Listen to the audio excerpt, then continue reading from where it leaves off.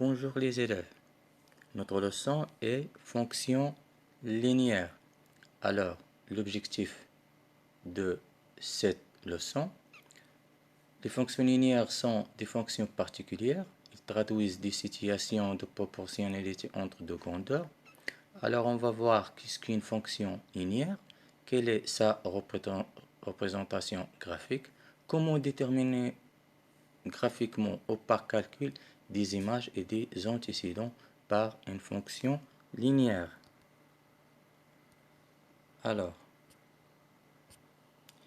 on va voir la définition d'une fonction linéaire. Première chose, définition. Une fonction linéaire est une fonction qui a tout nombre x associé au nombre ax, où a étant un nombre quelconque donné. A appelé le coefficient de la fonction linéaire.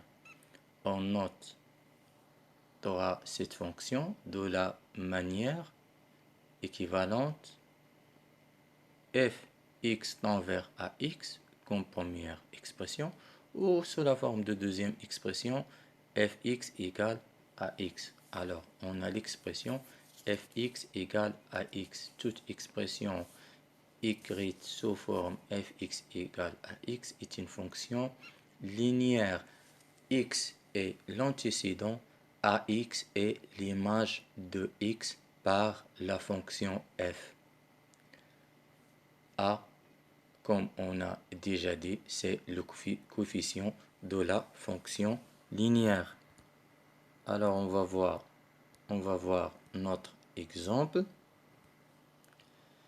La fonction linéaire f du coefficient 3, son note fx égale 3x.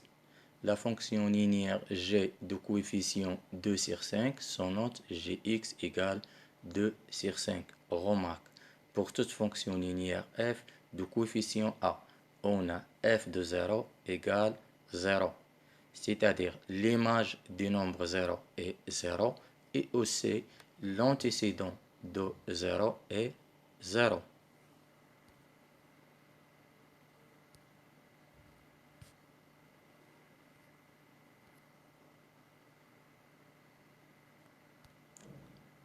Alors maintenant, on va voir comment peut-on calculer l'image d'un nombre x.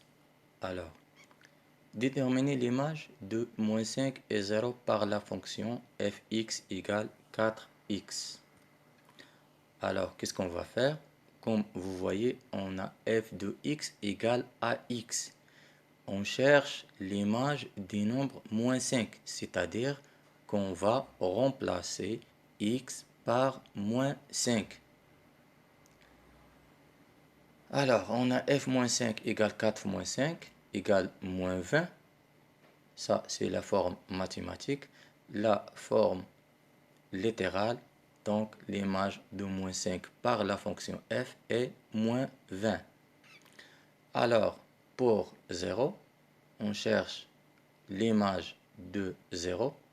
On va remplacer même chose x par 0. On va obtenir l'expression f0 égale 4 fois 0. Par calcul, f4 fois 0 égale 0. Donc l'image de 0 par la fonction f est 0. Alors, comme on a déjà dit, toujours l'image du nombre 0 est 0.